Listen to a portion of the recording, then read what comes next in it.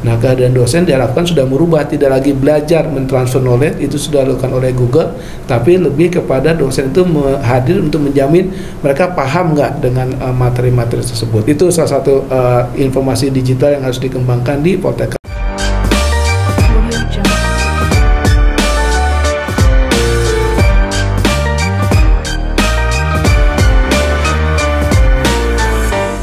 Selamat pagi, salam Smart Army.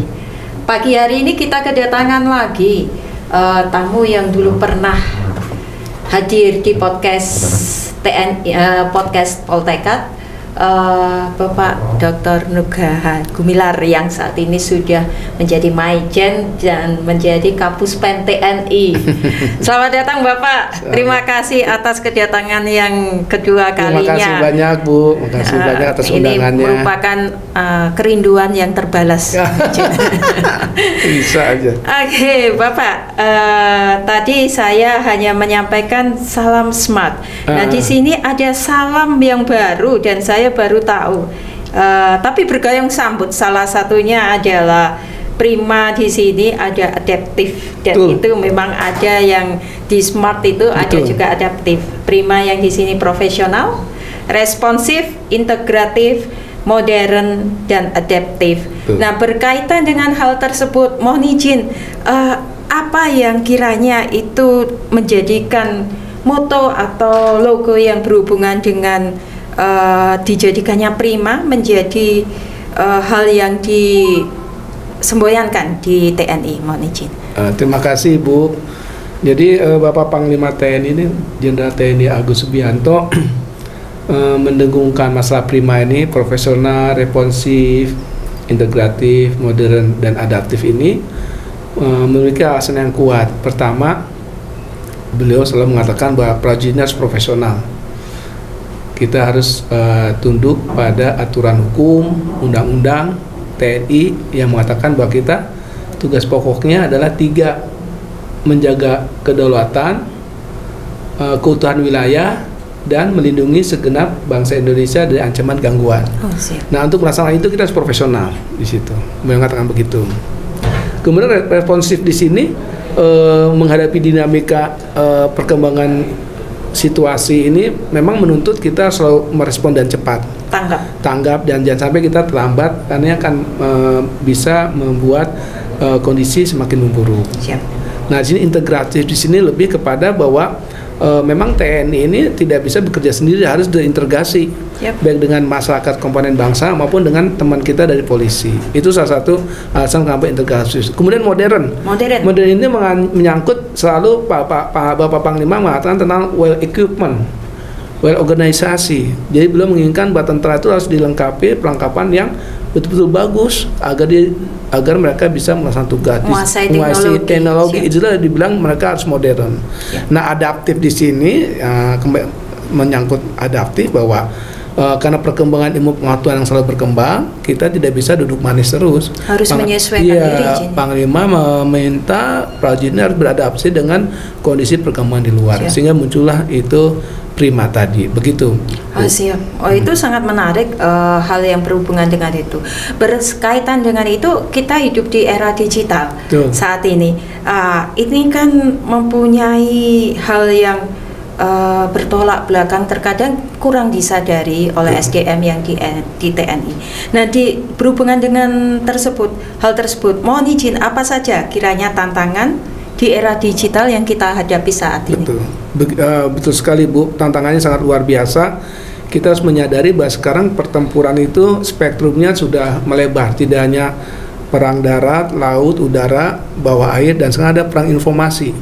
Nah, disinilah menyangkut tadi yang Prima, kita harus beradaptasi bahwa perang informasi ini pun terjadi di dunia militer. Bapak Panglima mengatakan bahwa saat ini instalasi terdepan dari TNI adalah pusat penerangan, karena yang pertama menyampaikan informasi adalah Puspen, dan informasi itu akan membentuk opini publik. Disitulah kita harus terjun langsung bersama dengan masyarakat di dunia netizen, dunia medsos, untuk memberikan informasi yang edukasi, memberikan informasi positif, sehingga image dan juga pandangan mereka kepada kita pun jadi positif. Nah, itu kan perlu keahlian tersendiri, perlu orang yang punya kemampuan public speaking dan sebagainya. Berarti berhubungan dengan peningkatan SDM. SDM itu ditingkatkannya di situ. Nah, sekarang memang dikatakan bahwa TNI itu bertempur tidak hanya dengan peluru, tapi jari-jari mereka berhubungan di medsos sudah merupakan bentuk pertempuran di media sosial. Saya ingat tadi satu kata itu akan menjadi peluru yang paling tajam. Betul, satu kata itu bisa menjadi peluru yang bisa menembus jutaan kepala. Siap. Nah, ini kita menghimbau kepada prajurit TNI sekarang ini sudah ketika bermain medsos betul-betul bisa memberikan suatu informasi yang educate, yang menyejukkan dengan teman-teman kita di netizen, sehingga mereka bisa bergaul kita di dunia maya dengan positif gitu kurang lebih. Itu sangat menarik, mohon izin. Terkait dengan hal tersebut yang di era digital yang berhubungan juga dengan ada istilah narration warfare. Narration warfare. Apa yang sekiranya bisa trik apa yang dilakukan oleh TNI untuk mengatasi hal tersebut? Memang narasi-narasi di media sosial itu memang bias ya, banyak sekali. Tergantung perspektif kita menangkap narasi itu. Nah, di sini yang diperlukan oleh kita sebagai TNI ketika mengungkapkan suatu narasi atau komen di suatu media, memang di situ kita menghimbau bahwa kita harus selalu mengedepankan etika. Ya, etika. Ya, kita paham bahwa tidak semua netizen pun positif terhadap kami TNI, tapi kita tetap mengedepankan narasi-narasi yang menyejukkan, narasi yang mengedukasi dan positif, dan yang penting beretika. Itu sih sebetulnya yang menjadi pegangan kita dalam menghadapi narasi warfare itu kurang lebih. Itu berarti berhubungan dengan profesional etik dalam bekerja. Betul. Nah, itu tidak bisa langsung kita mempunyai hal tersebut apabila tidak ada peningkatan dalam pembelajaran diri. Nah, apa saja kiranya strategi untuk meningkatkan disiplin diri dalam era digital ini? Mohon izin. Terima kasih.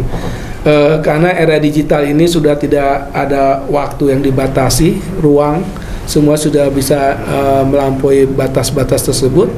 Memang disiplin yang paling penting di sini adalah kita harus mampu memfilter semua informasi yang didapat. Ya, di sini kita harus disiplin terhadap hal tersebut, tidak mudah terprovokasi.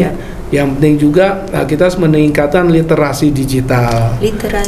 Karena itu tanpa masuk Mas Nadiem juga berhubungan dengan gitu ya, itu. Betul. Karena kalau kemampuan literasi kita rendah, tentunya akan bisa mempengaruhi tadi narasi-narasi dan juga informasi yang akan kita berikan. Sehingga memang sekarang prajurit itu tuntut harus bisa menguasai informasi teknologi. Nah, saya yakin prajurit kita kan emang generasi Z semua ya. Z sudah paham dengan perangkat-perangkat teknologi IT seperti ini. Mudah-mudahan tidak begitu susah untuk menyesuaikan dengan kebutuhan TNI sendiri dalam rangka memberikan informasi yang positif kepada masyarakat. Sangat hal yang menunjukkan bagaimana kita meningkatkan disiplin diri. Nah, terkait dengan Poltekad yang tempat lembaga di mana dididiknya prajurit-prajurit kita, terutama Bintara, yang rata-rata memang Gen Z, istilah modernnya Gen Z. Itu kiranya bagaimana cara menciptakan lingkungan belajar dalam meningkatkan disiplin diri, mohon izin. Nah, kami memang waktu kami di sini dan juga mungkin sekarang komandan baru Pak Brigjen TNI Rahmat pun mungkin punya pemahaman, dan saya yakin beliau pun punya keinginan mengembangkan proses belajar mengajar berbasis teknologi ini. Memang kita Poltekad harus segera berubah dalam hal mengadopsi informasi teknologi ini, informasi digital ini. Salah satunya dalam hal proses belajar mengajar, dosen itu kehadirannya sudah menjadi fasilitator. Untuk transfer knowledge mungkin sudah bisa mereka siswa mengambil dari Google, materi-materi sudah banyak. Nah, kehadiran dosen diharapkan sudah merubah, tidak lagi belajar mentransfer knowledge, itu sudah dilakukan oleh Google, tapi lebih kepada dosen itu hadir untuk menjamin mereka paham nggak dengan materi-materi tersebut. Itu salah satu informasi digital yang harus dikembangkan di Poltekkad. Yang berikutnya tentunya harus mengembangkan kayak model sistem informasi berbasis IT. Jadi sekarang semua informasi untuk mitra mahasiswa diharapkan Poltekkad membuat suatu platform yang bisa diakses oleh mereka, sehingga tidak lagi membutuhkan yang sifatnya manual, termasuk mungkin dosen bisa membuat blocker untuk sarana komunikasi dengan siswa. Nah, hal seperti inilah yang perlu kita kembangkan, tapi memang ada hal yang perlu diwaspadai dengan adanya artificial intelligence ini.